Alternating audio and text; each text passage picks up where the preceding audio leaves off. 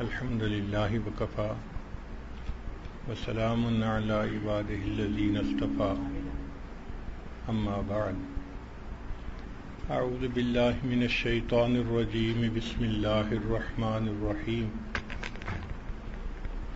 إنا نحن نزلنا الذكر وإنا له لحافظون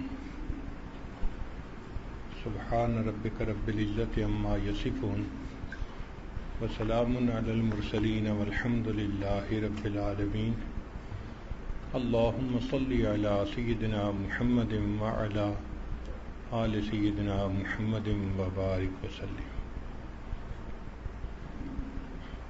آج کی مجلس میں حفاظ قرآن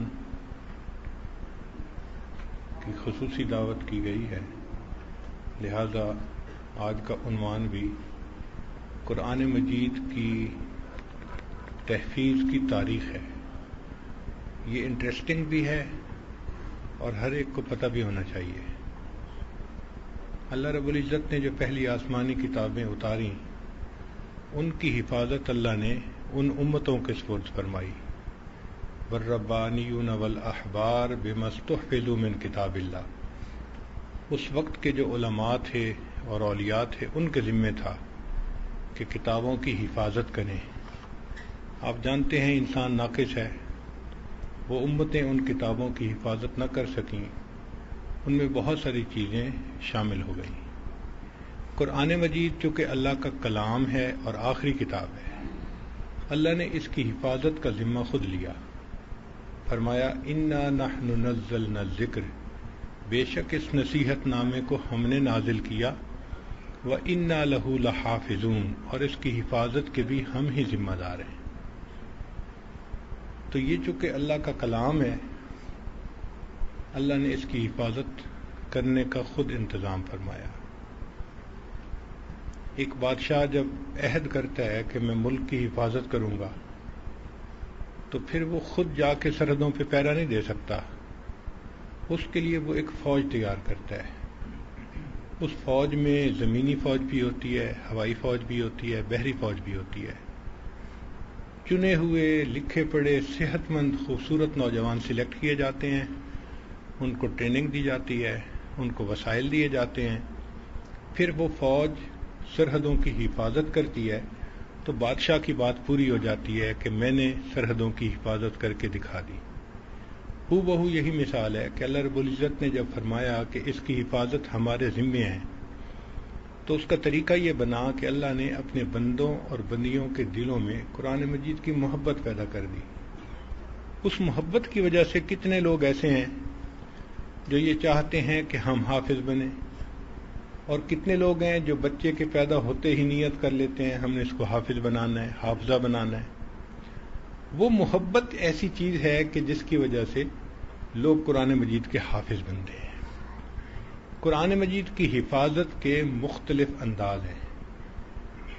کچھ ایسے لوگ ہوتے ہیں جو قرآن مجید کے حروف کے محافظ ہوتے ہیں، ان کو قاری کہتے ہیں، وہ تجوید جانتے ہیں، علم جانتے ہیں، تاکہ ہر حرف کو اس کے مخرج سے اس کی صفات کے ساتھ نکالا جائے، ورنہ تو سین میں اور سا میں فرق ہی نظر نہیں آئے گا۔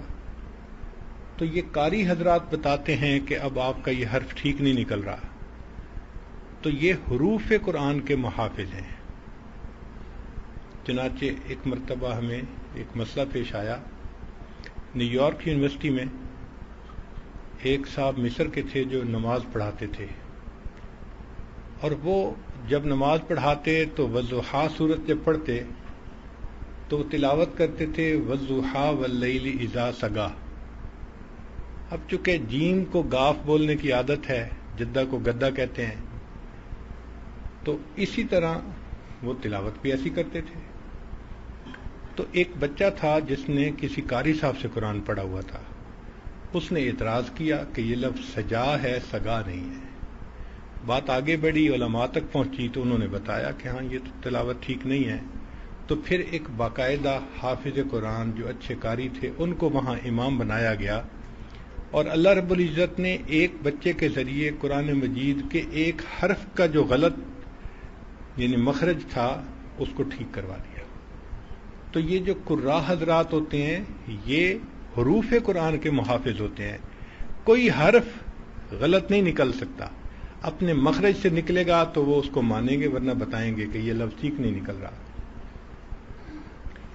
جو حفاظ قرآن ہوتے ہیں وہ الفاظ قرآن کے محافظ ہوتے ہیں. چنانچہ ان کے سامنے بڑے سے بڑا عالم بھی کوئی آیت پڑھے گا تو اگر کسی لفظ میں فرق ہوگا وہ فوراً بتا دیں گے جی کہ یہ لفظ ایسے نہیں ہے، چونکہ یعلمون اور تعلمون کے مشابہ بہت لگتے ہیں، تو وہ بتا دیں گے کہ جناب یہ لفظ ایسے نہیں، یہ ایسے ہے. تو قاری حضرات یہ حروف قرآن کے محافظ ہیں، حفاظ یہ الفاظ قرآن کے محافظ ہیں، اور جو علماء کرام ہوتے ہیں یہ معارف قرآن کے محافظ، معانی قرآن کے محافظ ہیں. چنانچہ دنیا میں کتنے لوگ آئے جنہوں نے قرآن مجید سے اپنی مرضی کی تفسیر نکالنی چاہی، حالانکہ اپنی مرضی کی تفسیر نکالنی جائز نہیں ہے. بھئی جس کا کلام ہے اس کی کیا منشا ہے یہ وہی جانتا ہے. میری بات کا جو مفہوم ہے وہ میں ہی بتانے کا حق زیادہ رکھتا ہوں کہ میرا مقصد کیا تھا، یہ نہیں کہ الفاظ میرے ہوں اور مفہوم آپ اپنا نکالتے پھریں. اس لیے اپنی رائے سے تفسیر کرنا اس کو منع کر دیا گیا. تو امت میں اگر کوئی ایسے فتنے آئے کہ جہاں لوگوں نے معانی قرآن کو بدلنے کی کوشش کی تو علماء امت نے صاف ان کی غلطیوں کی نشاندہی کر دی. تو علماء قرآن معانی قرآن کے محافظ ہیں. تو قاری حضرات حروف قرآن کے محافظ، حفاظ حضرات الفاظ قرآن کے محافظ، علماء کرام معانی قرآن کے محافظ، اور جو مشائخ حضرات ہیں یہ معارف قرآن کے محافظ ہیں. چنانچہ حضرت اقدس تھانوی رحمۃ اللہ علیہ نے جو مسائل السلوک لکھے ہیں، قرآن مجید سے انہوں نے ذکر السلوک کے کتنے اعلیٰ مسائل کا استنباط کیا ہے. یہ سارے مل کے یہ اللہ کی گویا ایک فوج بن گئی جو قرآن کی حفاظت کے اوپر جمی ہوئی ہے. یہ محافظ ہے. چنانچہ اس امت کو اللہ تعالیٰ نے چند باتوں میں امتیازی شان عطا فرمائی. تورات اور انجیل میں اس امت کی جو نشانیاں لکھی ہیں ان میں ایک نشانی یہ لکھی ہے کہ اس امت کو پہلی امتوں کی نسبت حافظے کی قوت زیادہ دی جائے گی، ذہانت زیادہ دی جائے گی. اور ایک نشانی یہ بھی لکھی ہوئی تھی کہ یہ امت دین کے اوپر کتابیں دوسری امتوں کی نسبت زیادہ لکھے گی. اور یہ دونوں نشانیاں پوری ہو گئیں. آج جو انسان کا آئی کیو لیول ہے، تاریخ میں کبھی ہسٹری میں ایسا آئی کیو لیول پہلے نہیں تھا. اور جتنا آج تصنیف و تالیف ہو رہی ہے دین کے اوپر، پہلی امتوں نے اتنی کتابیں دین کے اوپر نہیں لکھی تھیں. تو یہ کتابیں، یہ نشانیاں تورات اور انجیل میں اس امت کی موجود تھیں. تو اللہ رب العزت نے کیوں ذہانت زیادہ عطا فرمائی؟ کیونکہ اس امت نے قرآن کی حفاظت کرنی تھی. چنانچہ صحابہ رضی اللہ تعالیٰ عنہم میں سے بہت سارے حضرات ایسے تھے جیسے قرآن مجید نازل ہوتا تھا وہ اس کو فوراً یاد کر لیتے تھے. ادھر قرآن کا نزول مکمل ہوا، ادھر ان کا قرآن کا حفظ مکمل ہو گیا، تو وہ قرآن مجید کے حافظ بن گئے. چنانچہ آج لکھے پڑھے لوگ سامنے ہیں، جانتے ہیں کہ کسی بھی ڈاکومنٹ کو سیو کرنے کے دو طریقے ہوتے ہیں. ایک ہوتا ہے اس کی ہارڈ کاپی بنا لینا، پرنٹر سے فائل کو پرنٹ کر کے فائل میں لگا دیں تو وہ سیو ہو گیا. اور ایک ہوتا ہے کہ اس کو ہارڈ ڈسک پہ یا فلاپی ڈسک پہ یا فلیش ڈرائیو پہ اس کو سیو کر لینا، یہ سافٹ کاپی کہتے ہیں. تو ڈاکومنٹ کو سیو کرنے کے دو طریقے، hard copy and soft copy. اللہ رب العزت نے بھی اپنے قرآن مجید کو دو طریقوں سے محفوظ کروایا. سب سے پہلے تو نبی علیہ السلام پر جب وحی اترتی تھی تو اللہ کے حبیب صلی اللہ علیہ وسلم صحابہ کو بلاتے تھے جو لکھنا جانتے تھے، ان کو کاتبین وحی کہا جاتا ہے. 16-18 کے قریب ان کی تعداد تھی، اور ان سے یہ قرآن پاک لکھوا دیتے تھے. تو وہ لکڑی کے اوپر، پتھر کے اوپر، کپڑے کے اوپر مختلف چیزیں جو اس وقت اویلیبل تھیں جس پر لکھا جا سکتا تھا، تو وہ آنے والی آیات کو لکھ دیا کرتے تھے. تو قرآن مجید باقاعدہ نبی علیہ السلام لکھواتے تھے، پارچات سے جن کے اوپر لکھا جاتا تھا. چنانچہ قرآن مجید لکھ کر بھی محفوظ کیا گیا۔ اب جب نبی علیہ الصلوۃ والسلام نے اس دنیا سے پردہ فرمایا تو حضرت عمر رضی اللہ عنہ نے صدیق اکبر رضی اللہ عنہ کو مشورہ دیا کہ امیر المومنین، وہ قرآن مجید جو لوگوں کے پاس موجود ہے اس کو اگر ہم سرکاری تحویل میں لے لیں تو وہ زیادہ سیف ہوگا۔ چنانچہ عمر رضی اللہ عنہ کے مشورے سے سیدنا صدیق اکبر رضی اللہ عنہ نے ایک کمیٹی بنائی، زید رضی اللہ عنہ کو اس کا انچارج بنایا، وہ حافظ قرآن تھے اور باقی سارے بھی حافظ تھے۔ ان کو کہا کہ دیکھیں آپ لوگ بھی حافظ ہیں، اب آپ وہ جتنے پارچات لوگوں کے پاس تھے نا وہ آپ لیں اور ان کو محفوظ کریں ایک جگہ۔ چنانچہ ام المومنین سیدہ حفصہ رضی اللہ تعالی عنہا، جو عمر رضی اللہ عنہ کی بیٹی تھیں اور نبی علیہ السلام کی بیوی تھیں اور امت کی ماں تھیں، وہ لکھنا بھی جانتی تھیں، تو ان کے پاس ان پارچات کو ایک جگہ پر جمع کروا دیا گیا۔ چونکہ وہ جانتی تھیں لکھنا پڑھنا تو ان کی نگرانی میں اس میں کوئی تبدیلی نہیں کر سکتا تھا، وہ اس فن کو جانتی تھیں۔ چنانچہ حضرت بکر صدیق رضی اللہ عنہ نے سارے ان چیزوں کو ایک جگہ اکٹھا کر دیا، تو صدیق اکبر رضی اللہ عنہ کا نام پڑا جامع القرآن، قرآن کو ایک جگہ جمع کرنے والے۔ پہلے تو بکھرا ہوا تھا نا، اب ایک جگہ جمع ہو گیا تو یہ جامع القرآن بن گئے۔ پھر جب عثمان غنی رضی اللہ عنہ کا زمانہ آیا تو اسلام 44 لاکھ مربع میل تک پھیل گیا، دور دور تک صوبے بن گئے تھے، ان کو قرآن مجید کی کاپی پہنچانے کی ضرورت پیش آئی، تو عثمان غنی رضی اللہ عنہ نے پھر وہی جو قرآن مجید کے پارچات ایک جگہ جمع تھے ان کو لے کے، تو چمڑے کے اوپر اس وقت لکھنے کی ٹیکنالوجی آ چکی تھی، انہوں نے چمڑے کے اوپر اس کو لکھوا کے اس کی 7 کاپیاں بنوائیں اور 7 مختلف صوبوں کے اندر اس کو بھجوا دیا، تو عثمان غنی رضی اللہ عنہ کا نام پڑ گیا ناشر القرآن، قرآن کو نشر کرنے والے، اس کو دنیا کے اندر پھیلانے والے۔ تو قرآن مجید کو جمع کروایا صدیق اکبر رضی اللہ عنہ نے اور دنیا میں پھیلایا سیدنا عثمان غنی رضی اللہ عنہ۔ اس وقت بھی دنیا میں ایسے عجائب گھر ہیں کہ جہاں پر وہ کاپیاں اوریجنل موجود ہیں۔ ترکی کے جو عجائب گھر ہے اس میں بھی اس وقت موجود ہے کاپی، اور تاشقند کے اندر ایک مسجد ہے تلہ شیخ اس کا نام ہے، وہاں بھی ایک کاپی ابھی تک موجود ہے۔ تو دنیا کے مختلف جگہوں پہ وہ کاپیاں ابھی بھی موجود ہیں۔ تو یہ قرآن مجید کو گویا ہارڈ کاپی اس کی بنوا کے اللہ تعالیٰ نے امت کے اندر تقسیم کروا دی، اور یہ سلسلہ پھر امت کے اندر چلتا بھی رہا۔ انفرادی سطح پر لوگوں کو ضرورت پڑتی تھی، چنانچہ اس زمانے میں کاتب لوگ ہوتے تھے جو رائٹ کرتے تھے، لکھتے تھے، وہ قرآن مجید کی کاپیاں لکھ لکھ کے لوگوں کو دیا کرتے تھے، لوگ ان کو پے کر دیتے تھے اور اپنے لیے کاپی لکھوا لیتے تھے۔ چنانچہ ہر گھر کے اندر جو قرآن مجید آیا یہ ان کاتب حضرات کی وجہ سے آیا۔ قرآن مجید کی لاکھوں کاپیاں بنی اور ہر گھر کے اندر آئیں۔ اس میں جو کاتب لوگ تھے انہوں نے بہت اپنی ٹیکنالوجی کو ڈیولپ بھی کیا۔ ایسے ایسے کاتب تھے، لکھا ہے کتابوں میں، کہ چاول کے ایک گرین کے اوپر پوری سورہ قل واللہ احد لکھ لیا کرتے تھے۔ اتنا باریک لکھنے کا ان کو فن آتا تھا کہ چاول کے ایک دانے پر پوری سورہ اخلاص لکھ لیا کرتے تھے۔ خوبصورت بھی لکھتے تھے، باریک بھی لکھتے تھے اور اچھا بھی لکھتے تھے۔ تو ان کاتبین حضرات نے پھر امت میں سینکڑوں سال تک یہ خدمت انجام دی کہ قرآن مجید کی کاپیز لکھتے تھے اور لوگوں میں دیتے تھے، تو ہر گھر میں تلاوت کے لیے قرآن مجید کی کاپی موجود ہوتی تھی۔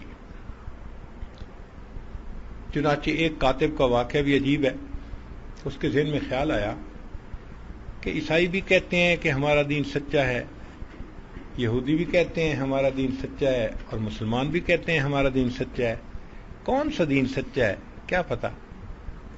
تو اس کے ذہن میں خیال آیا کہ میں اس کو آزماتا ہوں۔ چنانچہ اس نے کیا کیا کہ ایک بائبل لی اور اس بائبل کو اس نے ریپروڈیوس کیا، لکھا، اور لکھتے ہوئے کہیں کہیں جو کچھ الفاظ تھے نا ان کے جو سملر ورڈز ہوتے ہیں ایک معنی والے، تو اس نے ورڈز چینج کر دیے مگر معنی وہی تھے۔ تو اس نے کوئی 30-40 جگہوں پہ یہ تبدیلی کر دی، یعنی الفاظ چینج کر دیے مگر ان کے معنی وہی تھے۔ اس نے جا کے ایک پادری کو دیا، جی میں نے یہ بائبل لکھی ہے، آپ اس سے نا اپنی سنڈے پریئر کروایا کریں۔ اس نے کہا بہت اچھا۔ 1 سال تک وہ پادری پریئر کرواتا رہا اور اس کو پتہ نہ چلا کہ اس میں کوئی لفظ بدلا ہے یا نہیں بدلا۔ تو اس نے پھر فیصلہ کیا کہ اس کا مطلب ہے کہ ان کو تو پتہ ہی نہیں چلتا کہ کتاب میں کوئی تبدیلی بھی آئی ہے کہ نہیں آئی، تو یہ سچا دین کیسے ہو سکتا ہے۔ پھر اس نے اسی طرح تورات لی اور اس کو بھی لکھا، اور اس میں بھی یہی کام کیا کہ معانی وہی رہے، الفاظ بدل گئے۔ نتیجہ کیا نکلا کہ جو ربائی تھا یہودی، اس نے 1 سال تک اس کی تعلیم دی اور اس کو بھی پتہ نہ چلا کہ کہیں کوئی تبدیلی ہوئی ہے یا نہیں ہوئی۔ پھر اس نے یہی کام قرآن مجید کے ساتھ کیا کہ قرآن مجید کو لکھا اور کہیں کہیں الفاظ جو تھے نا مختلف، معانی وہی تھے، الفاظ ڈیفرنٹ تھے، وہ تبدیل کر دیے۔ اب اس نے ایک حافظ قرآن تھے، عالم تھے، ان کو لا کر دیا، جی میں نے بڑی محنت سے قرآن لکھا ہے، میں آپ کے لیے ہدیہ لایا ہوں۔ تو اس نے لے لیا، شکریہ ادا کیا۔ اب جب 2-4 دن گزرے تو ایک دن اس کاتب کے دروازے پر وہی عالم آئے، انہوں نے دروازہ کھٹکھٹایا، یہ باہر نکلا، پوچھا کیسے آئے؟ اس نے کہا جی میں یہ پوچھنے آیا ہوں کہ یہ قرآن پاک لکھا کس نے ہے؟ اس نے کہا جی میں نے لکھا ہے۔ جی میں یہ پوچھنے آیا ہوں کہ آپ نے جاگتے لکھا ہے یا سوتے ہوئے لکھا ہے؟ اس نے کہا نہیں جاگتے ہوئے لکھا ہے۔ اس نے کہا اس میں یہاں غلطی، یہاں غلطی، جتنی جگہ پر اس نے تبدیلیاں کی تھیں اس حافظ قرآن نے ہر غلطی کی نشاندہی کر دی۔ وہ کاتب کلمہ پڑھ کے مسلمان ہو گیا کہ واقعی قرآن مجید کے اندر غلطی نہیں رہ سکتی۔ تو اللہ رب العزت نے قرآن مجید کی حفاظت اپنے بندوں سے کروائی۔ اس امت نے حفاظت قرآن میں بہت اعلیٰ کام کیا، اور الحمدللہ کہ کتابی شکل میں یہ قرآن ہر زمانے میں موجود رہا۔ اچھا، بعض جگہوں پر کاغذ پر بھی لکھا ہوا قرآن موجود ہے، بعض جگہوں پر پتوں پہ قرآن پاک لکھا ہوا محفوظ ہے، لکڑی کے تختوں پہ لکھا ہوا۔ چنانچہ ہم نے سمرقند میں ایک ایسی لائبریری دیکھی، لوہے کی شیٹیں تھیں 4 فٹ بائی 8 فٹ کی، اور ان شیٹوں پہ انگریوڈ قرآن پاک لکھا ہوا، یعنی کھود کے لکھا ہوا، پورا ڈھیر لگا ہوا تھا زمین سے لے کے چھت تک۔ تو میں نے پوچھا کہ بھئی قرآن پاک کو لوہے پہ لکھنے کی کیا ضرورت تھی؟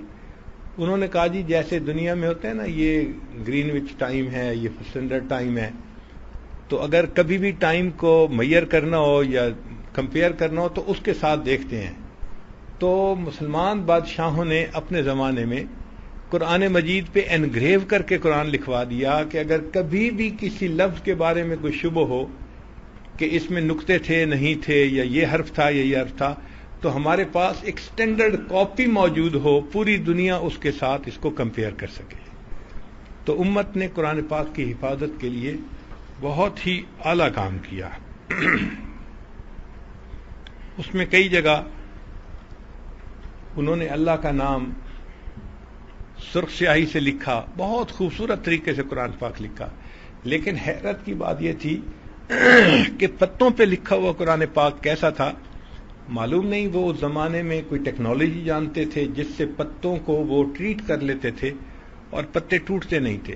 جب میں نے قرآن پاک دیکھا تو وہ جیسے شیشم کے درخت کے پتے ہوتے ہیں نا کہ ان میں رگیں چل رہی ہوتی ہیں، وہ بالکل صاف پتہ نظر آتا تھا، اور اس کو جلد کیا گیا تھا، اور پتہ نہیں کتنے سینکڑوں سال پہلے لکھا گیا ہوگا، اور وہ بالکل محفوظ تھا۔ اللہ کی شان۔ تو قرآن پاک کو مختلف زمانوں میں اس طرح لکھ کے محفوظ کیا گیا۔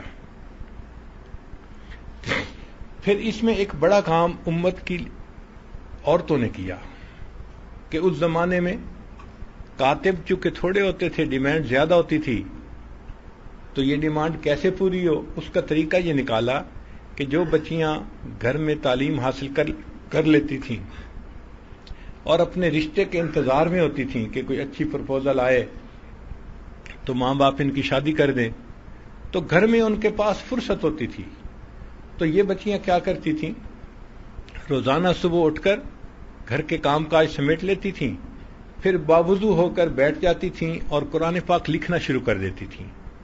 ہر بچی اپنے لیے ایک قرآن پاک لکھتی تھی. جب مکمل ہو جاتا تھا تو ماں باپ اس کی سنہری جلد بنوا دیتے تھے، اور جب اس بچی کا نکاح ہوتا تھا تو اس کو جہیز کے اندر یہ قرآن پاک دیا جاتا تھا. تو امت کی ہر لڑکی نے قرآن پاک لکھا اور قرآن پاک کو محفوظ کرنے میں اپنا حصہ ڈالا. پھر ایک ایسا وقت بھی آیا کہ جب دنیا میں پرنٹنگ پریس بن گئے. چنانچہ رشیا میں ایک جگہ ہے، اس کا نام ہے کازان. تو کازان کے ایک عالم تھے، ان کا نام تھا حمزہ بے رحمت اللہ علیہ. انہوں نے سب سے پہلے لینن گراڈ کے اندر قرآن پاک کو پرنٹ کیا. یہ فرسٹ ٹائم جو پرنٹنگ ہوئی تاریخ میں. پھر اس کے بعد ہیمبرگ میں یہ قرآن پاک پرنٹ ہوا، اور پھر اس کے بعد ایران میں پرنٹ ہوا. پھر تو پرنٹنگ کا ایسا سلسلہ چلا کہ آج الحمدللہ پرنٹڈ قرآن مجید پوری امت میں ہر گھر میں تقریباً موجود ہے. یہاں پر بھی الحمدللہ سعودی عرب میں مدینہ طیبہ میں قرآن مجید کی پرنٹنگ کا اتنا اچھا ادارہ ہے، دل سے دعائیں نکلتی ہیں اللہ تعالیٰ اور برکتیں دے اور ان لوگوں کی عزت میں اللہ اضافہ فرمائے. اور آنے والے ہر حاجی کو قرآن مجید تقسیم کیے جاتے ہیں. تو یہ قرآن مجید پرنٹڈ ہر گھر کے اندر موجود ہے. تو گویا قرآن مجید کی جو ہارڈ کاپی تھی وہ اس وقت پوری دنیا کے اندر موجود ہے. آپ کہیں بھی ہوں، پہاڑی علاقے میں ہوں، گرم علاقے میں ہوں، ٹھنڈے علاقے میں ہوں، جہاں بھی ہوں گے، آپ اگر کسی مسلمان سے پوچھیں تو وہ اپنے گھر سے قرآن مجید لا کے آپ کو دے دے گا. پڑھنے کے لیے آپ کے پاس ہارڈ کاپی موجود ہوگی. چنانچہ ایک ہے قرآن مجید کی سافٹ کاپی. وہ یہ تھی کہ اللہ تعالیٰ نے بندوں کے دل میں محبت ایسی پیدا کر دی کہ وہ قرآن مجید یاد کرتے تھے، اور ان کے دماغ قرآن مجید کی فلیش ڈرائیو بن جاتے تھے، یوں سمجھ لیں. چنانچہ ادھر قرآن پاک اترتا تھا اور بعض صحابہ اس کو فوراً یاد کر لیتے تھے. نبی علیہ الصلوۃ والسلام قرآن مجید کے حافظ بھی تھے. ابوبکر صدیق عنہ حافظ تھے، عمر رضی اللہ تعالیٰ عنہ حافظ تھے.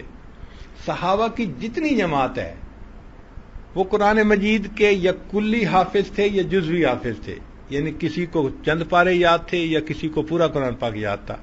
کوئی صحابی ایسا نہیں تھا کہ جس کو قرآن پاک یاد نہ ہو، کچھ نہ کچھ یاد ضرور کرتے تھے.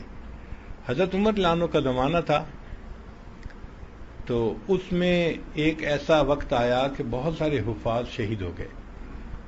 تو حضرت عمر لانو نے اس زمانے میں ایک فرمان جاری کیا کہ جب یہ لوگ جو اللہ کے راستے میں نکلتے ہیں فارغ ہوں تو ان کا کام یہ ہے کہ یہ قرآن مجید حفظ کریں.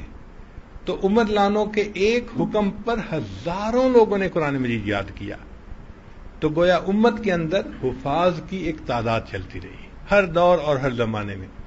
نبی علیہ الصلوۃ والسلام سے لے کر آج اس دور تک امت میں کوئی ایک دن ایسا نہیں آیا، کوئی ایک رات ایسی نہیں آئی کہ جب پوری دنیا میں قرآن مجید کا کوئی حافظ موجود نہ ہو. ہر دور میں، ہر زمانے میں امت کے اندر قرآن مجید کے حفاظ موجود رہے ہیں. تو ہارڈ کاپی بھی رہی اور سافٹ کاپی بھی رہی. اب یہاں چند باتیں ہیں کہ حفظ کی عمر کون سی بہتر ہے. تو بہتر عمر تو ہے 6 سال سے لے کے 12 سال تک کی. یہ ہنڈائی گاڑی ہے 848 وائٹ کلر کی. اس نے راستہ بند کیا ہوا ہے تو اس کو بھائی صحیح جگہ پارک کر لیجئے.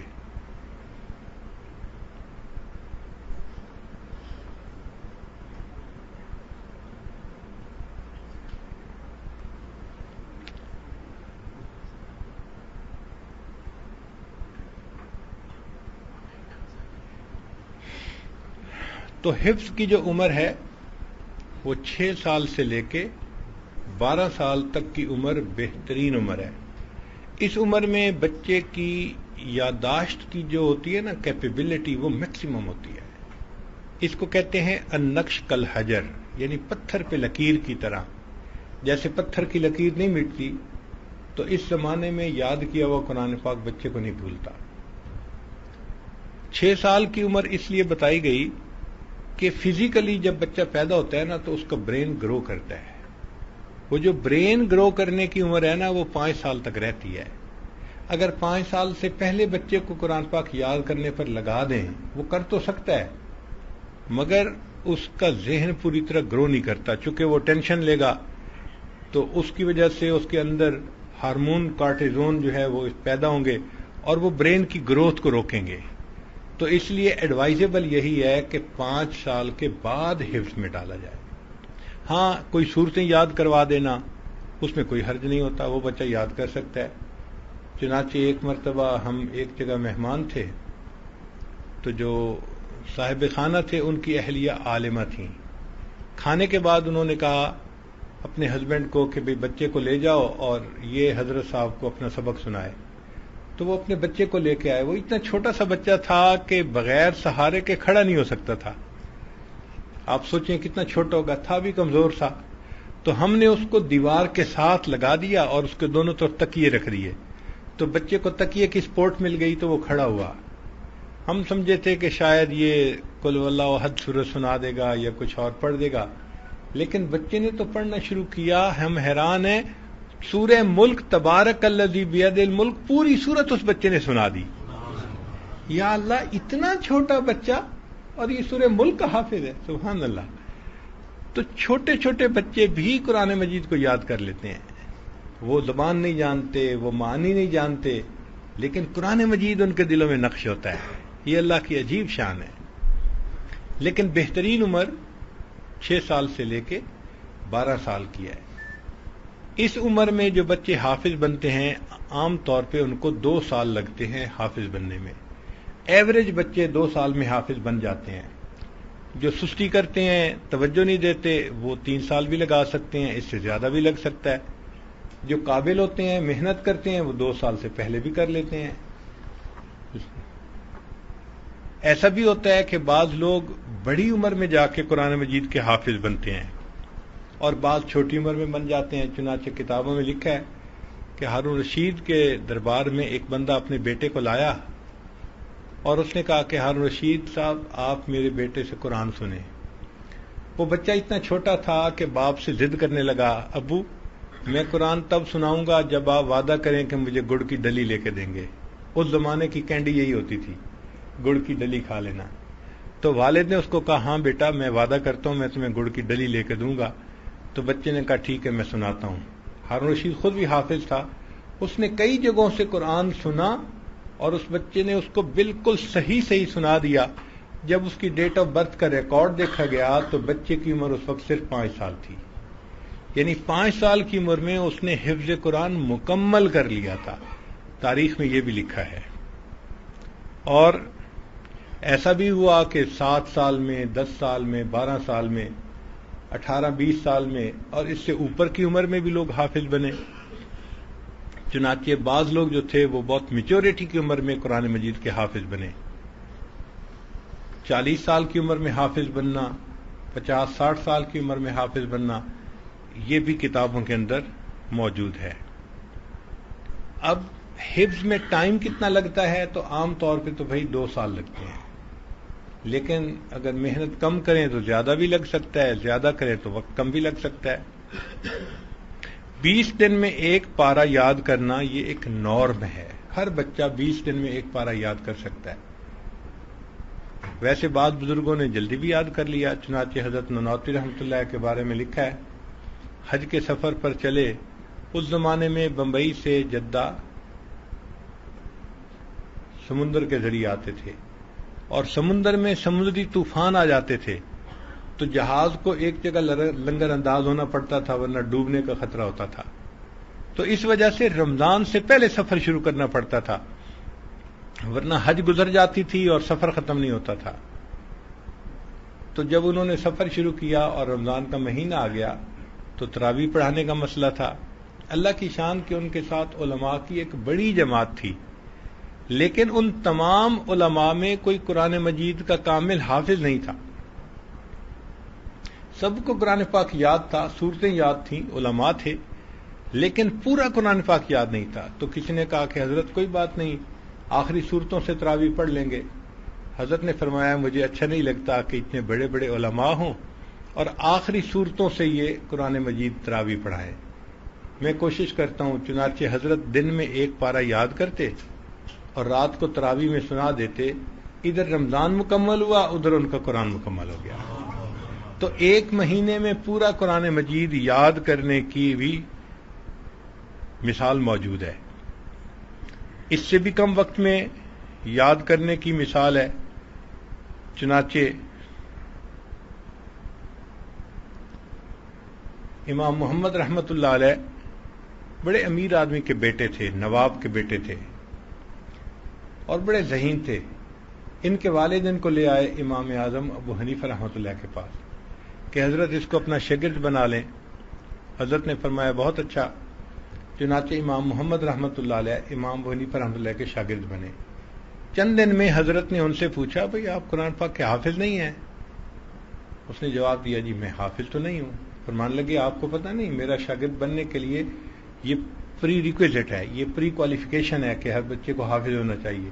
آپ جائیں پہلے حافظ بنے پھر میرے پاس علم حاصل کرنے کے لیے آئیں. تو امام محمد رحمۃ اللہ علیہ امام ابو حنیفہ رحمۃ اللہ کو سلام کر کے چلے گئے. ایک ہفتے کے بعد جمعہ کے دن پھر واپس آئے تو امام ابو حنیفہ رحمۃ اللہ نے سوچا کہ یہ استاد کو سلام کرنے کے لیے ویکینڈ پہ آیا ہے. تو پوچھا سناؤ بھائی کیا حال ہے، کام شروع کیا یا نہیں کیا؟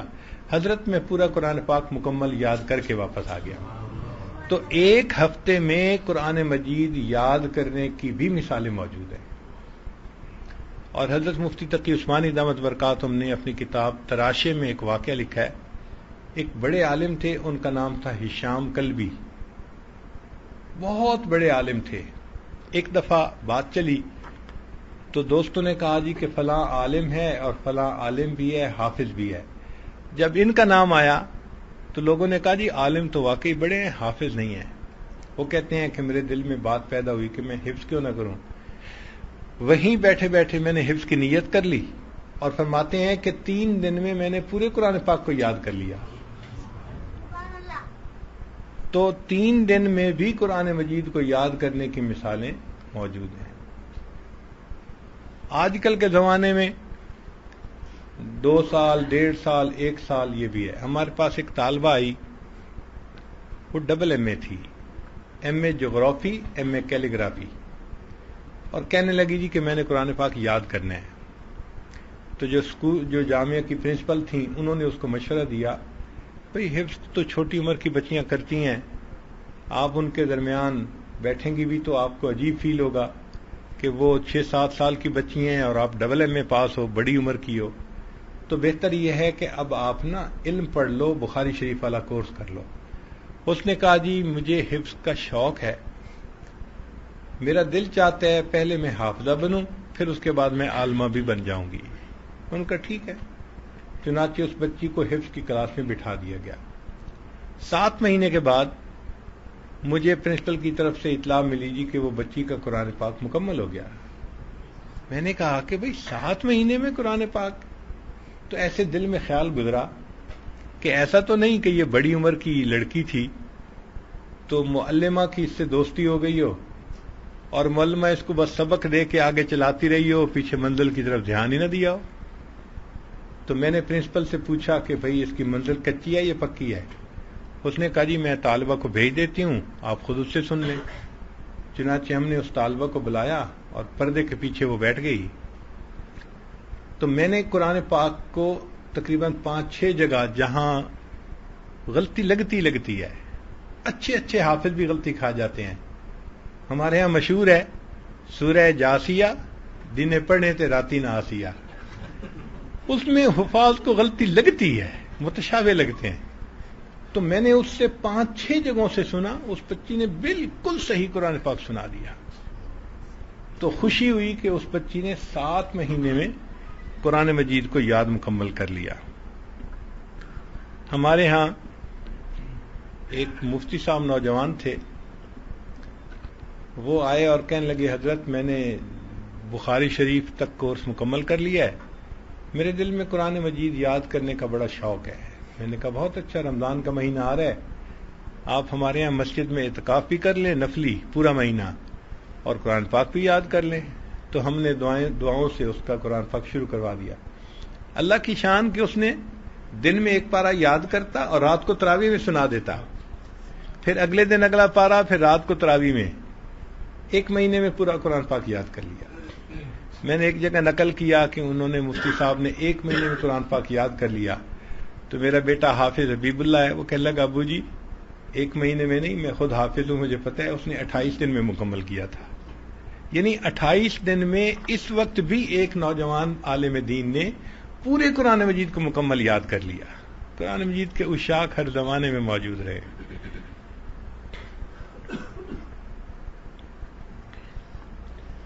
اور بعض تو ایسی جگہیں ہیں جہاں قرآن مجید کے بہت حفاظ ہوتے ہیں. ہمارے ایک قاری صاحب تھے، وہ میرے بچوں کے استاد تھے، بچوں نے ان سے قرآن مجید یاد کیا. ایک دفعہ حضرت آپ نے ملتان کا پروگرام دیا ہے، تو آپ جب آئیں گے تو میرے گھر آپ کھانا کھا لیں. ہم نے کہا بہت اچھا. ہمیں اندازہ نہیں تھا کہ گھر ملتان سے کتنا دور ہوگا. چنانچہ جب ملتان پروگرام کے لیے پہنچے تو وہ قاری صاحب نازل ہو گئے.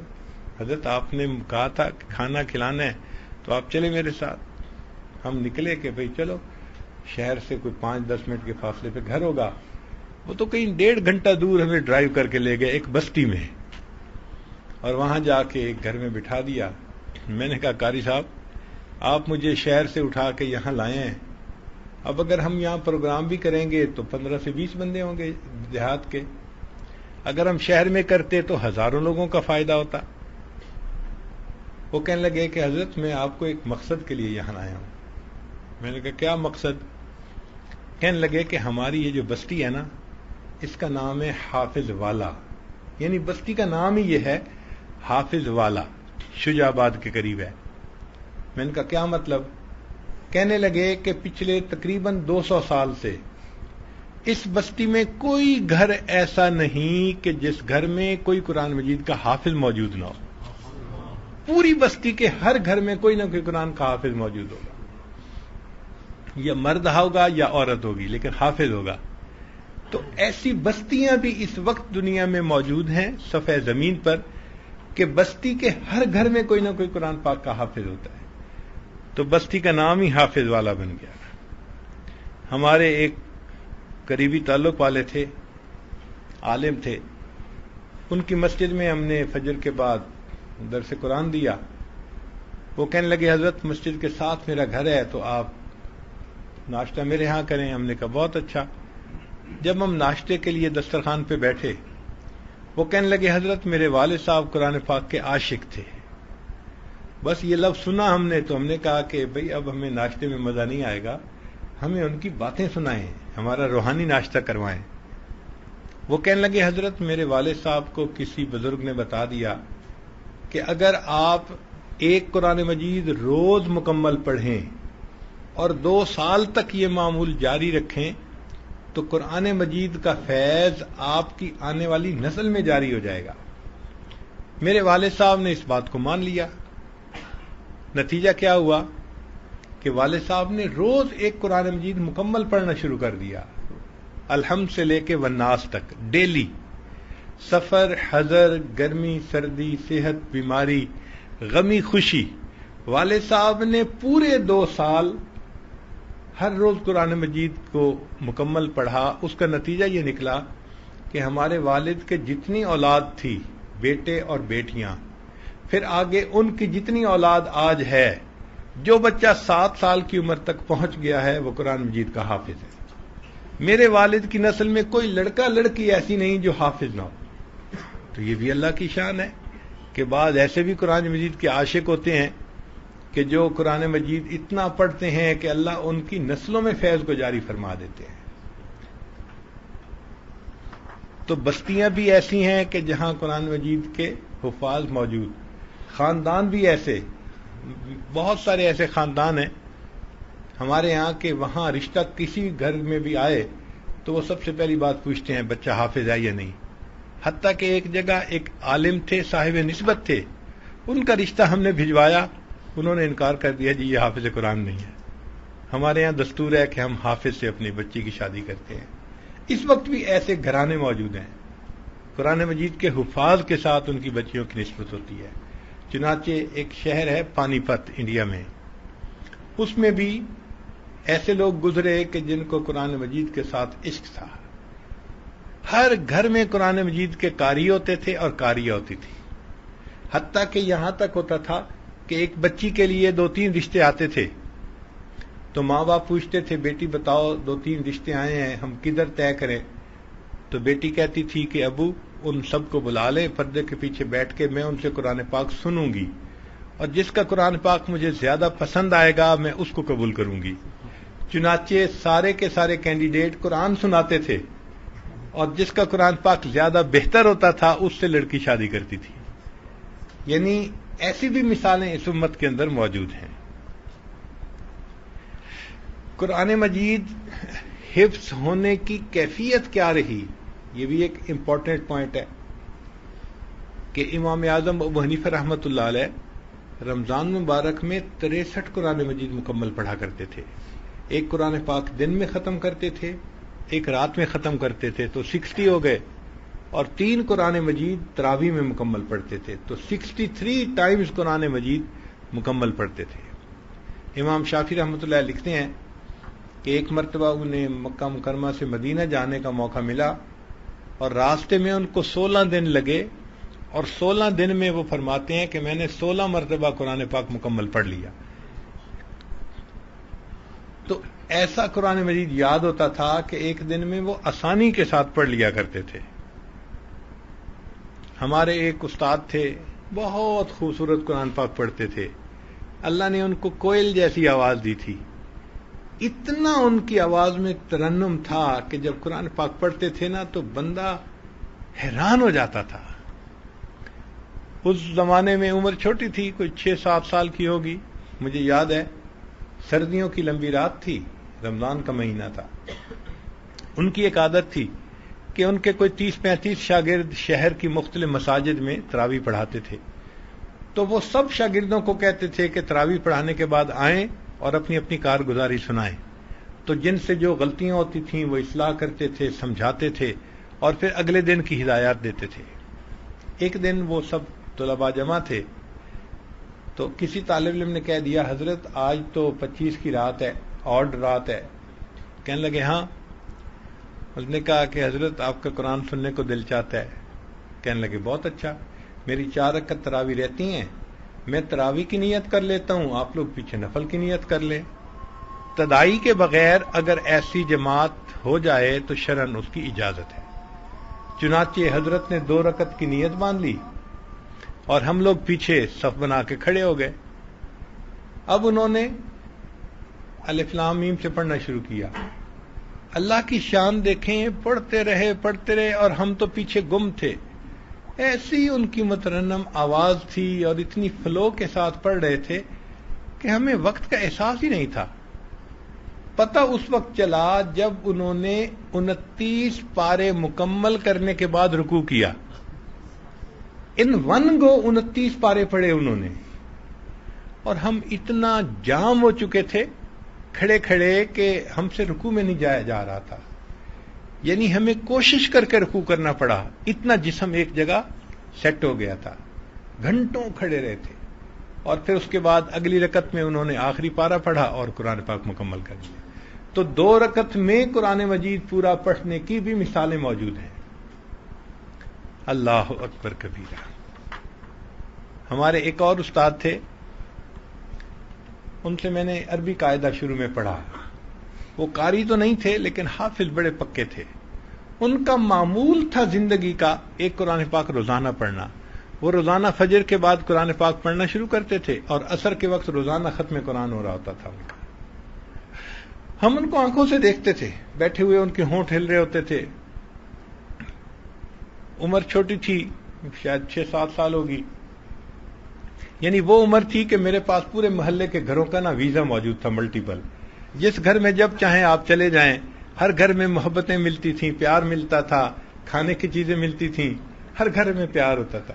وہ عمر تھی.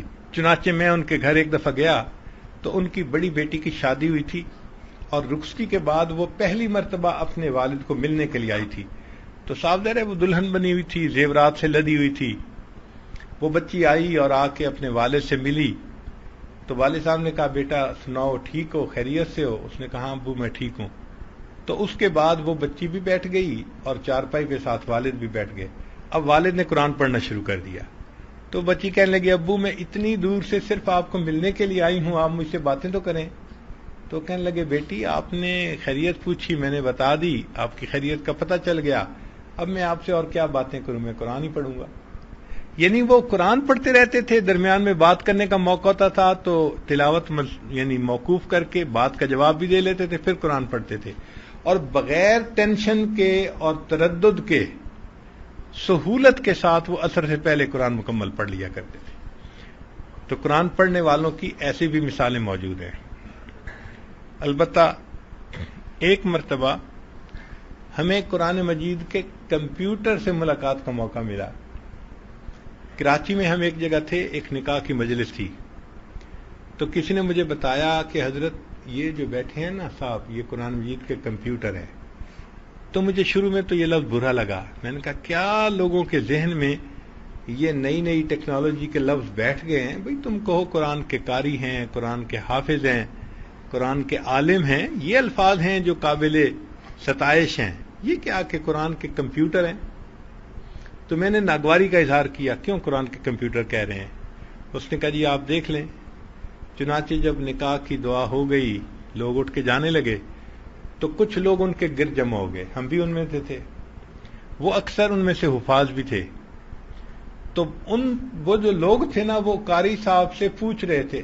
اچھا حفاظ میں عام طور پر یہ ہوتا ہے کہ ایک دوسرے سے پوچھتے ہیں اچھا بھائی فتکونا، یعنی فتکونا کا لفظ بتا دیا، اب آگے کہاں کہاں ہے قرآن پاک میں اور آیت کیسے چلتی ہے یہ حافظ لوگ بتاتے ہیں. تو یہ پہلیاں ہوتی ہیں حافظ لوگوں کی کہ بھئی بتائیں فتکونا کہاں ہے، تو پڑھتے ہیں. مگر وہاں معاملہ ڈیفرنٹ تھا، وہاں کوئی لفظ نہیں پوچھ رہا تھا. لوگ پوچھ رہے تھے کہ حضرت وہ جو فتکونا کا لفظ ہے قرآن پاک میں کہاں کہاں ہے. تو وہ آیت نہیں پڑھ رہے تھے، وہ آگے بتاتے تھے فلاں پارا، فلاں سورت، فلاں آیت نمبر، آیت کا نمبر بتاتے تھے.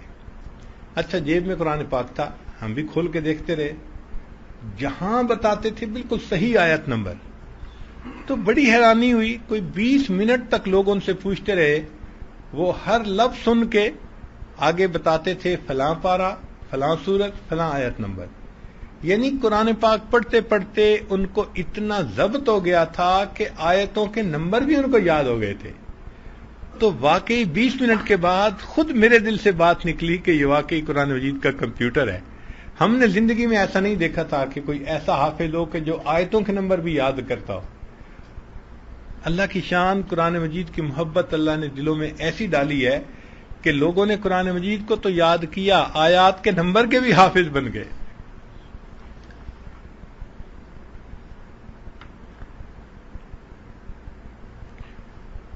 امت کے مردوں نے قرآن مجید کو یاد کرنے میں بہت اعلیٰ کردار ادا کیا، مگر عورتیں بھی اس میں پیچھے نہیں رہیں. چنانچہ سیدہ عائشہ صدیقہ رضی اللہ تعالیٰ عنہا وہ قرآن مجید کی حافظہ تھیں. سیدہ حفصہ رضی اللہ تعالیٰ عنہا قرآن مجید کی حافظہ تھیں، اور بہت ساری صحابیات ایسی تھیں جو قرآن مجید کی حافظہ تھیں. پھر آگے محمد ابن سیرین رحمۃ اللہ علیہ مشہور تابعین میں سے ہیں، ان کی بہن تھیں حفصہ بنت سیرین. وہ قرآن مجید کی بہت مشہور قاریہ گزری ہے، حتیٰ کہ محمد ابن سیرین رحمۃ اللہ علیہ کو قرآن مجید کا کوئی لفظ ادا کرنے میں مشکل پیش آتی تھی تو وہ اپنی بہن سے پوچھتے تھے کہ قرآن مجید کے اس لفظ کو کیسے پڑھنا ہے. تو بہن بتاتی تھی کہ اس کی تلاوت ایسے کرنی ہے.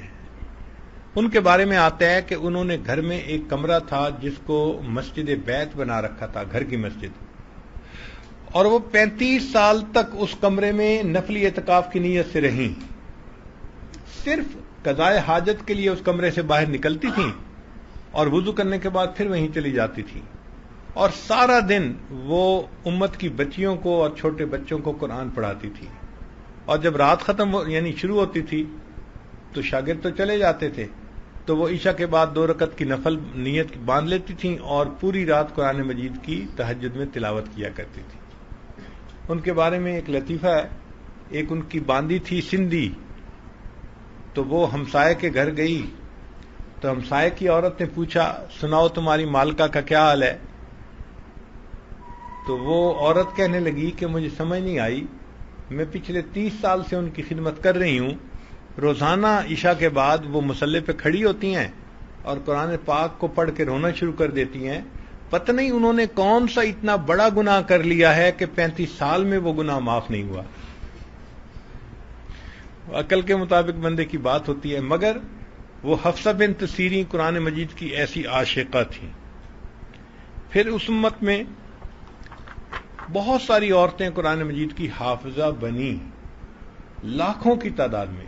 آج بھی امت میں اگر آپ دیکھیں تو جس طرح بچے قرآن کے حافظ بنتے ہیں، بچیاں قرآن مجید کی حافظات بنتی ہیں۔ ہمارا یہ تجربہ ہے کہ اگر ایک بہن ہے اور ایک بھائی ہے اور ایک وقت میں وہ حفظ کرنا شروع کریں تو بہن پہلے حافظہ بن جاتی ہے بھائی سے۔ اس کی ریزن یہ ہے کہ ان میں کنسنٹریشن زیادہ ہوتی ہے اور ان میں ڈر خوف ہوتا ہے، تو وہ اپنے ٹائم کو ویسٹ نہیں کرتی، تو بچیاں جی پہلے یاد کر جاتی ہیں۔ اور لڑکوں میں کنسنٹریشن نہیں ہوتی اور یہ ریبیلیس بھی ہوتے ہیں، تو یہ ذرا دیر لگاتے ہیں یاد کرنے میں۔ مگر عام طور پر بچیاں بھی قرآن مجید کی بہت اچھی حافظہ بن جاتی ہیں۔ ہمارے قریبی علماء تھے، ان کی والدہ تھی، ایک دفعہ حج کیا انہوں نے، تو وہ حیران ہوتی تھی میری اہلیہ سے بات کرتے ہوئے کہ اچھا لوگ قرآن مجید پڑھتے پڑھتے بھول بھی جاتے ہیں۔ ان کو اس بات پہ حیرانی ہوتی تھی کہ قرآن مجید پڑھتے ہوئے بندہ کیسے بھول سکتا ہے۔ ان کو پورا قرآن مجید سورہ فاتحہ کی طرح یاد تھا۔ ہم نے جب کوئی لفظ پوچھنا ہوتا تھا، جب کوئی آیت پوچھنی ہوتی تھی، ان سے ہم پوچھواتے تھے، اسی وقت بتا دیتی تھی کہ یہ ایسے ہے۔ تو اللہ کی شان کے ایسی بھی عورتیں ہیں کہ جن کو پورا قرآن مجید سورہ فاتحہ کی طرح یاد ہے۔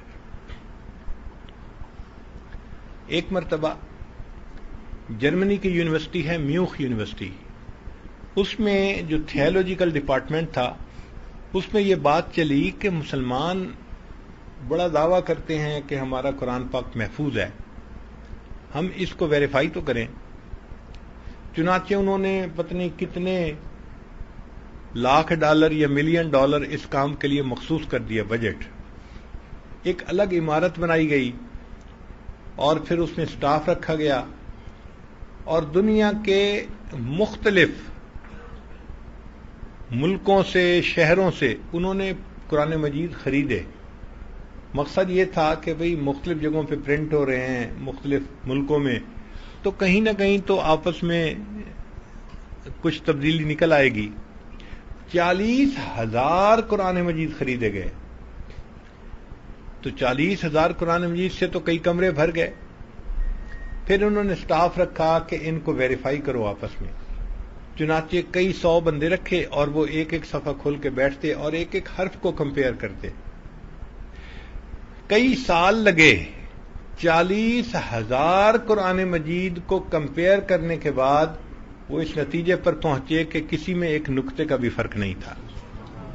انا نحن نزلنا الذکر وَإِنَّا لَهُ لَحَافِظُونَ، بے شک اس قرآن مجید کو ہم نے ہی نازل کیا اور اس کی حفاظت کے بھی ہم ہی ذمہ دار ہیں۔ آج بھی الحمدللہ پوری دنیا میں قرآن مجید محفوظ ہے۔ قرآن مجید میں کوئی آدمی غلطی کو شامل کر سکتا ہے لیکن وہ غلطی قرار نہیں پکڑ سکتی، یہ یاد رکھیں۔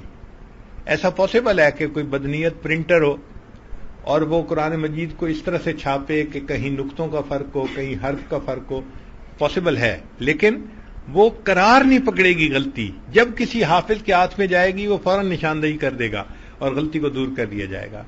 لا یأتیہ الباطل من بین یدیہ ولا من خلفہ، یہ اللہ تعالیٰ کی طرف سے حفاظت ہے قرآن مجید کی۔ چنانچہ حفاظت قرآن کی یہ تاریخ ہے۔ آپ کو ایک ذاتی تجربہ بھی سنا دیں، یہ کوئی 80s کی بات ہے۔ یہ عاجز ان دنوں ورجینیا میں تھا، تو چند علماء آئے اور کہنے لگے جی کہ آپ کے ذمے ایک کام لگانا ہے۔ میں نے پوچھا کیا کام؟ کہنے لگے جی کہ یہاں پر ایک انٹرفیتھ کاؤنسل بنی ہوئی ہے جس میں مختلف مذاہب کے لوگ ہیں اور وہ آپس میں مل بیٹھتے ہیں ہفتے 10 دن میں ایک مرتبہ اور آپس میں ایک دوسرے کے قریب آنے کی، ایک دوسرے کے دین کو سمجھنے کی بات چیت کرتے ہیں، تو آپ کو وہاں بھیجنا ہے۔ میں نے انکار کر دیا، بھائی نہیں، میں تو اس قابل نہیں ہوں کہ میں وہاں جا سکوں۔ انہوں نے کہا جی کہ پرابلم یہ ہے کہ ہم نے وہاں پر پہلے ایک عالم کو بھیجا جو باقاعدہ دارالعلوم سے فارغ التحصیل عالم تھے، لیکن جو لوگ وہاں تھے، ربائی، پادری، ہندو، دوسرے، وہ شاطر تیز لوگ تھے، انہوں نے اس سے سائنس کے سوال پوچھنے شروع کر دیے کہ قرآن مجید میں اس کے بارے میں کیا ہے، اس کے بارے میں کیا ہے۔ اب وہ عالم سائنس تو نہیں جانتے تھے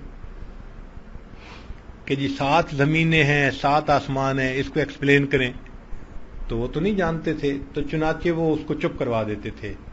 تو عالم نے کہہ دیا جی میں وہاں نہیں جا سکتا۔ پھر ہم نے کیا کیا کہ ہم نے ایک پی ایچ ڈی ڈاکٹر تھے ان کو بھیجا کہ چلو بھائی یہ سائنس کی باتیں ان کو بتا سکیں گے۔ جب ان کو پتہ چلا یہ پی ایچ ڈی ڈاکٹر ہیں تو انہوں نے عربی کی زبان باتیں پوچھنی شروع کر دی کہ بھئی یہاں یہ لفظ ہے اور یہاں یہ لفظ ہے، تو یہ عربی میں فرق کیوں ہے؟ اب صاف ظاہر ہے کہ وہ صرف نحو میں اتنے ماہر نہیں تھے، تو وہ جواب نہ دے سکتے تھے، تو وہ بھی تنگ ہو گئے۔ پھر ہم نے ایک بندہ ایسا ڈھونڈا کہ جو عالم بھی تھے اور ان کی یونیورسٹی کی تعلیم بھی تھی۔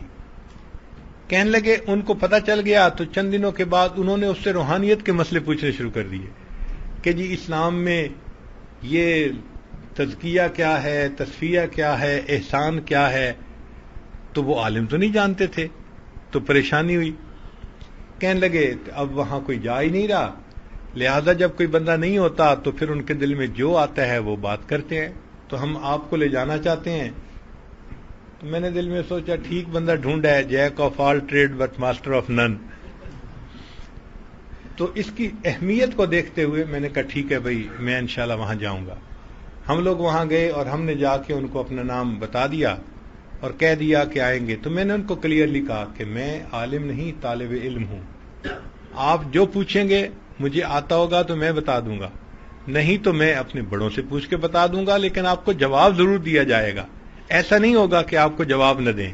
تو وہ مطمئن ہو گئے، چنانچہ وہاں آنا جانا شروع کر دیا۔ اب وہاں 2-3 یہودی تھے جو ربائی تھے، یہودیوں کے عالم کو ربائی کہتے ہیں، کچھ عیسائی تھے ان کے پادری تھے، وہ بھی آتے تھے، ہندو بھی تھے اور مذاہب کے لوگ بھی تھے۔ تو میرے لیے بھی ایک نیا ایکسپیرینس تھا۔ عجیب بات ہے کہ اس میں جو ربائی تھا نا، وہ مجھے آتے جاتے بڑے غور سے یوں دیکھتا رہتا تھا۔ تو شروع میں تو میں اپنے ذہن میں سوچتا تھا کہ یہ مجھے دیکھتا ہے پگڑی میں، جبے میں، تو یہ دیکھتا ہوگا کہ یہ آثار قدیمہ کدھر سے آ گیا، میرے ذہن میں یہی گمان تھا۔ لیکن اللہ کی شان کہ ایک دفعہ میں جب گزر رہا تھا تو وہ مجھے دیکھ کے کہتا ہے mister Ahmed you always come with a different respective look. اس دن مجھے احساس ہوا کہ نہیں، یہ آثار قدیمہ نہیں سمجھتا، بلکہ سنت کی مقناطیسیت ایسی ہے کہ اس کو سنت اچھی لگتی ہے۔ وہ دل میں یہ سوچ رہا ہوگا کہ ایسا تو حضرت موسیٰ علیہ السلام کی سنت تھی تو میں تو اس کو نہ اپنا سکا، اور یہ مسلمان ہے اور اس نے موسیٰ علیہ السلام کی سنت کو بھی اپنایا ہوا ہے، جبے کو بھی اپنایا ہوا ہے۔ تو اس کے دل پہ نا ایک ہیبت تھی سنت کی۔ تو مجھے اور خوشی ہو گئی کہ چلو الحمدللہ اللہ تعالیٰ نے سنت کو اتنی مقناطیسیت دی ہے کہ لوگ اس کو پسند کرتے ہیں۔ اب یہ سلسلہ کئی مہینے چلتا رہا۔ ایک دن ایسا ہوا کہ جب میٹنگ ختم ہوئی تو جو سیکرٹری تھا اس نے پوچھا کہ جی اگلی میٹنگ کا ایجنڈا کیا ہوگا؟ تو میرے ذہن میں ایک بات آئی، میں نے کہا جی کہ اگلی میٹنگ میں ہر مذہب والا ان کے پاس جو کلام الہی ہے نا، ورڈ آف گاڈ جس کو کہتے ہیں، وہ اس کی تلاوت کر کے سنائے۔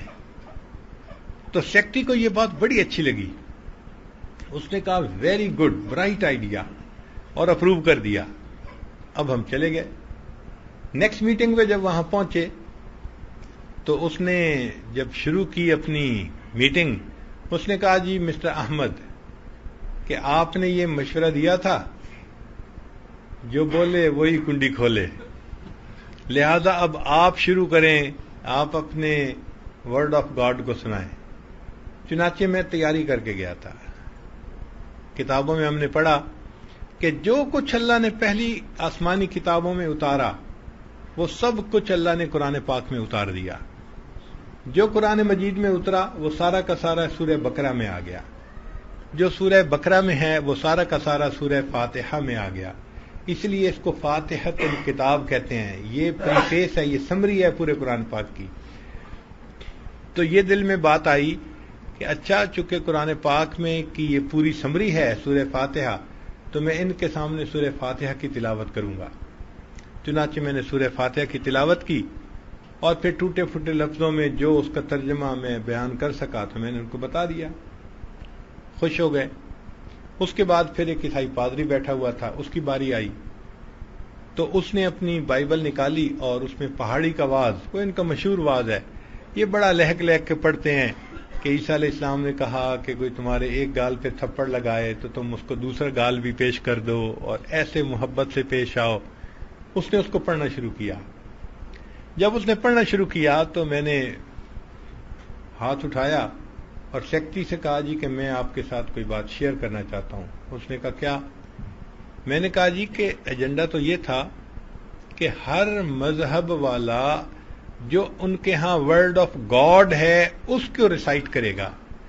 تو میں پوچھتا ہوں کہ کیا بائبل انگلش زبان میں اتری تھی جو یہ انگلش پڑھ رہے ہیں؟ اب وہ سمجھ گئے کہ اتری تو تھی عبرانی زبان میں، اور ہم تو یہ اس کا ٹرانسلیشن پڑھ رہے ہیں، یہ ورڈ آف گاڈ تو نہیں کہلا سکتا۔ تو وہ ایسا کوشچن تھا کہ جس پہ وہ حیران ہو گیا۔ تھوڑی دیر تو خاموشی رہی، پھر اس کے بعد آگے جو ربائی بیٹھا تھا نا، وہ بہت تیز آدمی تھا، وہ آگے بڑھا اور کہنے لگا mister Ahmed, let me tell you loud and clear, یہ اس کے الفاظ تھے، let me tell you loud and clear, یعنی میں آپ کو یہ بات کھل کے بتانا چاہتا ہوں کہ جتنے دین اس وقت دنیا میں موجود ہیں، صرف مسلمان ہیں جن کے پاس اصل ورڈ آف گاڈ موجود ہے، باقی سب کے پاس ترجمے موجود ہیں، ورڈ آف گاڈ موجود نہیں ہے۔ تو جب اس نے یہ الفاظ کہے اتنا دل کو خوشی ہوئی، میں نے آیت پڑھی، انا نحن نزلنا الذکر وانا لہ لحافظون، ہم نے اس نصیحت نامے کو نازل کیا اور اس کی حفاظت کے بھی ہم ہی ذمہ دار ہیں۔ واقعی اللہ رب العزت نے اپنی کتاب کی حفاظت کر کے دکھائی۔ آج پوری دنیا مانتی ہے کہ مسلمانوں کے پاس ان کی کتاب محفوظ ہے، ہم خوش نصیب ہیں۔ اب دیکھیں، گاڑی کو کوئی دیکھے نا، کار کو دیکھے تو ذہن میں آتا ہے کہ یہ بندوں کو ایک جگہ سے دوسری جگہ پہنچانے کے لیے بنائی گئی ہے۔ ٹرک کو دیکھیں تو فوراً خیال آتا ہے کہ یہ میٹیریل ایک جگہ سے دوسری جگہ پہنچانے کے لیے بنایا گیا ہے۔ کرین کو دیکھیں تو فوراً ذہن میں آتا ہے یہ چیزوں کو اٹھانے کے لیے بنائی گئی ہے۔ تو مختلف گاڑیوں کو دیکھ کے نا فوراً اس کے بننے کا مقصد سامنے آتا ہے۔ ہارویسٹر کہیں چل رہا ہو تو بندہ دیکھتا ہے جی یہ گندم کاٹنے کے لیے بنایا گیا ہے، ٹریکٹر چل رہا ہو یہ جی زمین کو کھودنے کے لیے بنایا گیا ہے۔ تو ہر مشین کے بنانے کا ایک مقصد ہوتا ہے، وہ سامنے آ جاتا ہے۔ قرآن مجید کو بھیجنے کا ایک مقصد تھا، کیا؟ کہ اللہ تعالیٰ گری ہوئی انسانیت کو عزتیں دینا چاہتے تھے، کار مذلت میں پڑے ہوں کو اوج ثریا پہ پہنچانا چاہتے تھے۔ اس لیے عثمان غنی اللہ عنہ فرماتے تھے، ان اللہ یرفع بہذا الکتاب اقواما، اللہ اس کتاب کے ذریعے قوموں کو بلندی عطا فرماتے ہیں۔ تو دنیا میں اگر کوئی بندہ بڑا پریشان حال ہو، بڑا مصیبتوں میں گھرا ہوا ہو، اور وہ چاہے کہ میں اس ذلت سے نکلوں اور عزت کی زندگی گزاروں، اللہ نے اس کے لیے قرآن مجید کو بنایا ہے۔ وہ قرآن مجید کو پڑھے، اس کی تعلیمات پر عمل کرے، پھر دیکھے اللہ تعالیٰ اس کو کیسے عزت عطا فرماتے ہیں۔ ہر لحظہ ہے مومن کی نئی شان نئی آن، کردار میں گفتار میں اللہ کی برہان، یہ بات کسی کو نہیں معلوم کہ مومن قاری نظر آتا ہے حقیقت میں ہے قرآن۔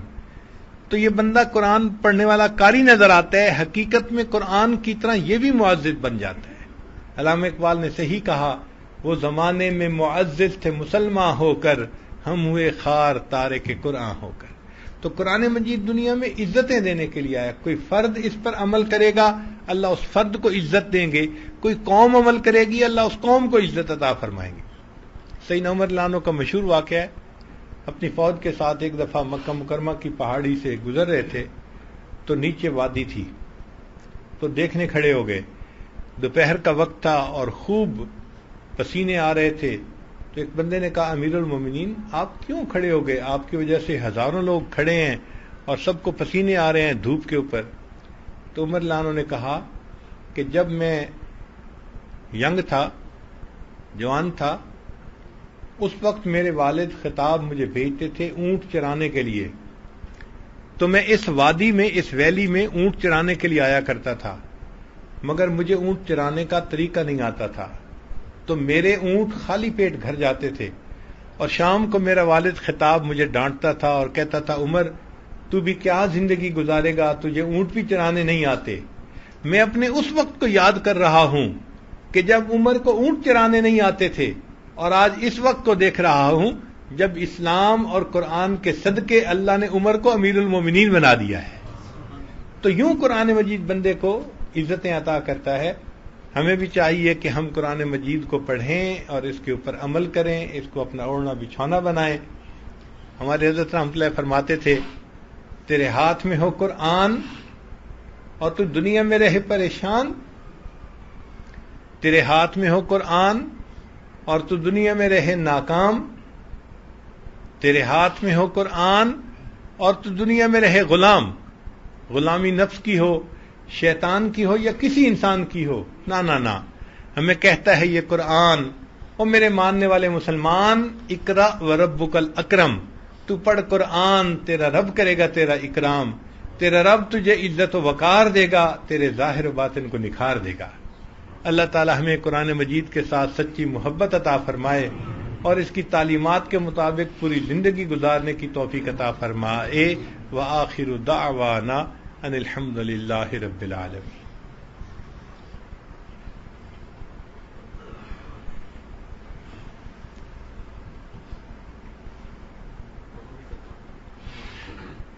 یہ آج توبہ کے کلمات پڑھائے گا. پچھلے گناہوں سے توبہ کی نیت کر لیجئے اور یہ الفاظ پیچھے پیچھے پڑھتے جائیے. الحمد للہ وکفا وسلام علی عبادہ الذین اصطفی اما بعد. یہ کلمات پڑھیے. بسم اللہ الرحمن الرحیم. لا الہ الا اللہ محمد الرسول اللہ. آمنت باللہ وملائکتہ وکتبہ ورسلہ والیوم الآخر والقدر خیرہ وشرہ من اللہ تعالی والبعث بعد الموت.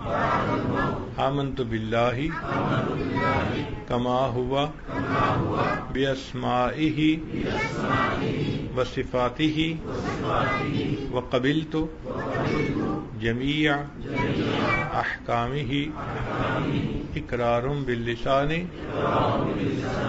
وتصدیق بالقلب. اشہد ان لا الہ الا اللہ واشہد ان محمدا عبدہ ورسولہ. استغفر اللہ ربی من کل ذنب واتوب الیہ برحمتک یا ارحم الراحمین. چند معمولات ہیں، ان کو اگر آپ باقاعدگی سے کریں گے اللہ تعالیٰ دل کو منور کریں گے. پہلی چیز ہے 100 مرتبہ استغفار پڑھنا. استغفر اللہ ربی من کل ذنب واتوب الیہ. دوسرا ہے 100 مرتبہ درود شریف پڑھنا. اللہم صلی علی سیدنا محمد وعلی آل سیدنا محمد وبارک وسلم. تیسرا ہے قرآن مجید کی تلاوت کرنا. اگر آپ ایک پارہ پڑھیں تو برکت ہوگی، مشکل ہو تو چلو آدھا پارہ صحیح، مگر قرآن مجید روزانہ پڑھ کے اپنی زندگی میں برکت حاصل کریں. چوتھا ہے چلتے پھرتے دل میں اللہ کا دھیان رکھنا. دست بکار دل بیار، ہاتھ کام کاج میں مشغول، دل اللہ تعالیٰ کی یاد میں مشغول. اور پانچویں چیز ہے مراقبہ.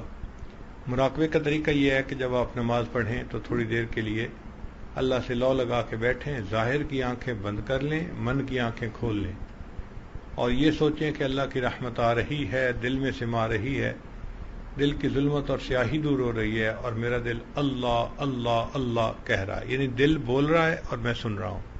10-15 منٹ کا مراقبہ آپ کے دل کی بیٹری کو چارج کرے گا، اور دل میں اللہ کی محبت بڑھے گی، بھرے گی، اور آپ خود اس کی وارمنس کو فیل کریں گے۔ اللہ تعالیٰ ہمارے دلوں کو اپنی محبت سے بھر دے۔ یہ بات بھی ذہن میں رکھیے کہ آپ اگر فرض کو حج پہ جانا چاہتے ہیں، کوئی اپنے ملک میں رہتے ہیں اور ہر طرف سے ویزے کے اوپر رکاوٹ ہے، اور آپ کی بڑا دل چاہتا ہے کہ نہیں مجھے تو حج پہ اس سال جانا ہی جانا ہے، اور جب آپ کو ہر طرف سے جواب مل جاتا ہے اور آپ مایوس ہونے لگتے ہیں، تو کوئی آ کے کہتا ہے جی کہ آپ کے بیٹے کے پاس تو 10 ویزے ہیں، وہ فیملی کے 10 بندوں کو لے کے حج پہ جا سکتا ہے، تو آپ کو کتنی خوشی ہوگی کہ میرے بیٹے کے پاس 10 ویزے ہیں اور ہم آسانی سے حج کر سکتے ہیں۔ یہ مثال ذہن میں رکھتے ہوئے سوچئے، قیامت کے دن کی سختی ہوگی، اور اس وقت انسان نفس نفسی کا شکار ہوگا۔ اس وقت اگر فرشتہ آ کر بتا دے گا جی کہ آپ کے بیٹے یا آپ کی بیٹی کے پاس 10 جنت کے گیٹ پاس ہیں، تو پوری فیملی کو کتنی خوشی ہوگی۔ دیکھیں، ایک فیملی میں 10 بندے ہی ہوتے ہیں، ماں باپ اور آگے 6-7 بچے بھی ہوں تو 10 کے اندر اندر ہوتے ہیں۔ اس کا مطلب یہ کہ اگر کسی فیملی میں ایک بچہ یا ایک بچی حافظ ہوگی، وہ پوری فیملی جنت جائے گی۔ تو آپ اس کو بھی زندگی کا مقصد بنائیں۔ ٹھیک ہے، بچوں کو یونیورسٹیوں میں بھی پڑھائیں، ڈاکٹر بھی بنائیں، انجینئر بھی بنائیں، مگر ان کو لڑکپن میں حافظ یا حافظہ ضرور بنائیں، تاکہ اللہ تعالیٰ قیامت کے دن کی ذلت میں حفاظت فرمائے۔ ماں باپ کے سروں پہ اللہ نور کے تاج اس دن سجائیں گے، اور جو بڑی عمر کے لوگ ہیں اگر وہ بھی بننا چاہیں تو وہ بھی بن سکتے ہیں، ان کے لیے رکاوٹ نہیں ہے۔ ہم نے یہ تجربہ کیا ہے کہ اگر آدمی ایک ایک آیت بھی روز یاد کرنا شروع کر دے تو کچھ سالوں میں حافظ بن جاتا ہے۔ ہمارے قریبی ایک رشتہ دار تھے، وہ جیولر تھے، بناتے تھے سونے کے زیورات۔ ان کو حفظ کا شوق ہو گیا، وہ ڈیلی ایک آیت حفظ کرتے تھے، ڈیلی وہ بیٹھے تھے اور وہ اپنا کام بھی کرتے رہتے تھے اور ایک آیت کو دہراتے بھی رہتے تھے۔ اللہ کی شان کے چند سالوں میں پورا قرآن پاک یاد ہو گیا، پھر وہ تراویح پڑھایا کرتے تھے۔ اور اس میں ایک مسئلہ اور بھی ہے کہ اگر کسی بندے نے حفظ کی نیت کر لی اور حفظ شروع کر دیا، تو بھلے اس نے ابھی صفحہ یاد کیا، 2 صفحے یاد کیے، اگر اس کی موت آ گئی تو حدیث پاک کے مطابق اللہ تعالیٰ قیامت کے دن حفاظ کی لائن میں کھڑا فرما دیں گے۔ تو ہمارے تو مزے ہی مزے ہیں، نیت کر کے تھوڑا بھی یاد کر لیں تو انشاءاللہ برکت ہوگی۔ دعا کر لیجیے۔ سبحان ربی العلی الوہاب، اللہم صلی علی سیدنا محمد وعلی آل سیدنا محمد وبارک وسلم۔ اے کریم آقا، ہم آپ کے عاجز مسکین بندے ہیں، ہمارے گناہوں کو معاف فرما، خطاؤں سے درگزر فرما، عیبوں کی پردہ پوشی فرما۔ اللہ ہماری جسمانی بیماریوں کو دور فرما، روحانی بیماریوں کو دور فرما، اٹکے کاموں کا ہونا آسان فرما، الجھے کاموں کو اپنی رحمت سے سلجھا۔ اللہ ہمیں ذلت سے محفوظ فرما، علت سے محفوظ فرما، قلت سے محفوظ فرما، اپنی رحمتوں کی پشت پناہی نصیب فرما۔ میرے مالک، زندگی میں کبھی بھی بے سہارا نہ فرما، کبھی بھی بے آسرا نہ فرما، کبھی بھی اپنے در سے دور نہ فرما، ہمیشہ اپنی رحمتوں کی ٹھنڈی چھاؤں نصیب فرما۔ اے رب کریم، ہماری ان دعاؤں کو اپنی رحمت سے قبول فرما۔ اللہ، بچہ پریشان ہوتا ہے ماں باپ کی طرف دوڑتا ہے، بندہ پریشان ہوتا ہے پروردگار کی طرف لوٹتا ہے۔ اے بے کسوں کے دستگیر، اے ٹوٹے دلوں کو تسلی دینے والے، اے خالی جھولیوں کو بھر دینے والے، اللہ ہم نے بھی دامن پھیلائے ہیں، ہمارے دامن کو اپنی نعمتوں سے بھرپور فرما۔ اللہ ہمیں قرآن مجید کا حافظ بنا، قرآن مجید کا قاری بنا، قرآن مجید کا عالم بنا، قرآن مجید کا عامل بنا۔ اللہ ہمیں قرآن مجید کا ناشر بنا، قرآن مجید کا داعی بنا۔ اللہ ہمیں قرآن مجید کا عاشق بنا۔ دن رات کے مختلف حصوں میں قرآن مجید پڑھنے کی توفیق عطا فرما۔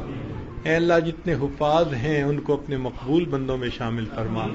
جتنے علماء ہیں اللہ ساری زندگی علم کی خدمت کرنے کی توفیق عطا فرما۔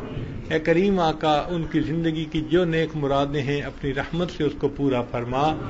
اے اللہ صاحب خانہ کو اپنے مقبول بندوں میں شامل فرما۔ اے اللہ جس محبت سے انہوں نے یہ پروگرام کروائے اور عورتوں نے خدمت کی، مہمانوں کو کھانے کھلائے، اللہ اس کے بدلے سب کو اپنی رضا نصیب فرما۔ اس گھر کو برکتوں کے ساتھ آباد فرما، خوشیوں کے ساتھ آباد فرما، این کے ساتھ آباد فرما، عزتوں کے ساتھ آباد فرما۔ ان کی آنے والی نسلوں کو دین کے لیے قبول فرما۔ ربنا تقبل منا انک انت السمیع العلیم تب علینا انک انت التواب الرحیم۔ صلی اللہ تعالی علی حبیبہ سیدنا محمد وآلہ واصحابہ اجمعین برحمتک یا ارحم الراحمین۔